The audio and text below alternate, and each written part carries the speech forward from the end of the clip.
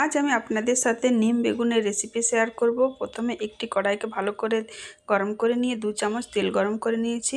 এর মধ্যে দিয়েছি 2 চামচ প্রায় নিম পাতার শুকনো গুঁড়ো। এটাকে হালকা ভেজে নেব। এরপরে আমি দিয়ে দিচ্ছি কেটে রাখা বেগুন। বেগুনগুলিকে একটু নাড়াচাড়া করে নিয়ে ঢাকা দিয়ে মিডিয়াম ফ্লেমে হতে দেব সেদ্ধ। স্বাদ অনুসারে লবণ দিয়ে দেব।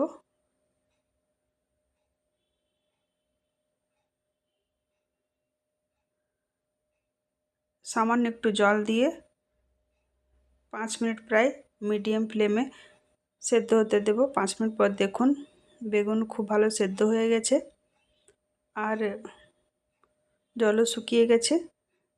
একটু নাড়াচাড়া করে নেব। তো আমার নিম বেগুন রান্না হয়ে গেছে। এটি গরম ভাতের সাথে খেতে দারুণ লাগে। আপনারা অবশ্যই একবার বানাবেন।